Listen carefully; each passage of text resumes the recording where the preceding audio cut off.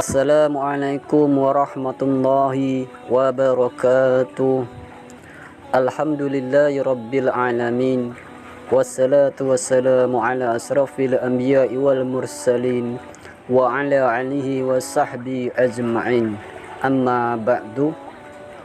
Sahabat beriman yang dimuliakan Allah Subhanahu wa taala, mohon maaf sebelumnya jika thumbnail atau judul foto di atas kurang menarik atau bisa membuat pikiran anda lebih negatif. Dikisahkan seorang anak yang berkata kasar kepada ibunya karena ibunya adalah tempat di mana surganya kelak. Sang ayah berkata kepada anaknya, "Kalau mau membantah ibumu, ada syaratnya." Kisah di bawah ini membuat semua ibu yang mendengarkannya langsung menangis dan menitihkan air mata. Seorang anak SMA yang sering sekali membangkang dan membantah kepada ibunya dan sampai ibunya kesal setengah mati. Suatu malam, ayahnya sudah tidak tahan melihat semua ini. Akhirnya ayahnya mengajak sang anak keluar rumah untuk berjalan-jalan berdua. Mereka berdua sudah berjalan cukup jauh dan panjang tanpa mengucapkan satu kata pun. Sampai akhirnya sang ayah memecahkan keheningan. "Kalau kamu mau adu mulut dengan ibumu, ada syaratnya.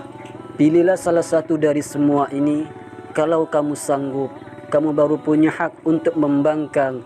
Tidak perlu semua, asalkan semua bisa melakukan salah satunya saja pun itu pun sudah cukup." Yang pertama, selama 3 bulan berturut-turut muntah sehabis makan. Lalu yang kedua, pentilmu dihisap orang lain selama 1 bulan. Yang ketiga, taruhlah bola basket di perutmu dan bawa itu selama 10 bulan lamanya. Yang keempat, cobalah rasakan sakitnya dicambuk selama 48 jam waktu melahirkanmu. Ibumu merasakan hal itu. Yang kelima, selama 10 bulan tidak bisa menjadi dirimu. Makan dan minum semuanya harus dijaga. Yang keenam, selama 5 bulan kalau tidur tidak bisa putar kiri dan putar kanan. Yang ketujuh, selama 10 bulan tidak bisa berlari. Yang kedelapan, selama 8 bulan tidak boleh sakit. Kalaupun sakit, tidak boleh meminum obat. Yang kesembilan, membantu seorang bayi mengganti popok selama berbulan-bulan lamanya. Yang ke-10, setiap malam bangun setiap jam 2 sekali waktu tidur. Sahabat beriman yang dimuliakan Allah Subhanahu wa taala, setelah mengatakan kalimat itu, lalu ayahnya ini kemudian berjalan ke pintu rumah. Dia menepuk pundak anaknya sambil berkata, "Nanti kalau mau masuk ke dalam rumah ini, tolonglah berikan wanitaku sedikit kehormatan." Sang anak hanya bisa tertegun dan terkaget. Siapa sangka ayahnya menggunakan gaya bicara seperti seorang teman kepadanya. Sejak saat itu, setiap kali ingin memulai perkelahian dengan ibunya, dia selalu teringat semua kata-kata ayahnya. Ada seorang tetangga lain yang setelah mendengar kisah ini, kemudian menceritakan kisahnya juga. Suatu hari, dia sedang bertengkar dengan ibunya. Siapa sangka ayahnya langsung mendorongnya dan membentaknya. "Ibumu adalah kesayanganku yang selalu aku lindungi. Aku selalu lemah lembut sama dia. Atas dasar apa kamu membentaknya? Apa kamu tahu pengorbanan ibumu yang begitu besar kepadamu?" Seorang pria yang masih bisa membisikkan istrinya yang baru melahirkan. "Sayangku, terima kasih sudah menyusahkanmu di saat semua orang lain terfokus pada bayi yang baru lahir.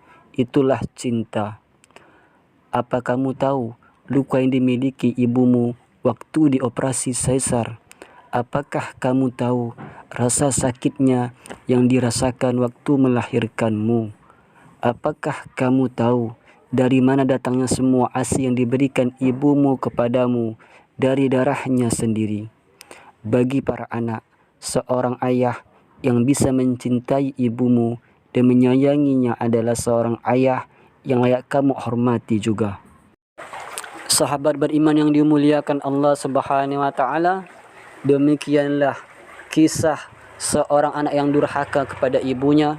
Semoga dari kisah ini bisa memotivasi kita untuk lebih baik lagi kepada orang tua. Janganlah sampai membentak dia, apalagi memukul dia, karena surga berada di telapak kaki ibu. Semoga apa yang saya sampaikan bermanfaat. Singkat cerita, wassalamualaikum warahmatullahi wabarakatuh. Sallallahu ala Muhammad, sallallahu alaihi wasallam, sallallahu ala Muhammad, sallallahu alaihi wasallam, sallallahu ala Muhammad, sallallahu alaihi wasallam, sallallahu ala Muhammad,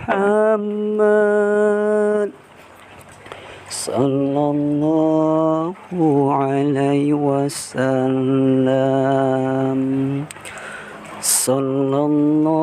sallallahu ala Muhammad, sallallahu alaihi wasallam, sallallahu ala Muhammad, sallallahu alaihi wasallam, sallallahu ala Muhammad, sallallahu alaihi wasallam, sallallahu ala Muhammad, sallallahu alaihi wasallam, sallallahu ala Muhammad, sallallahu alaihi wasallam,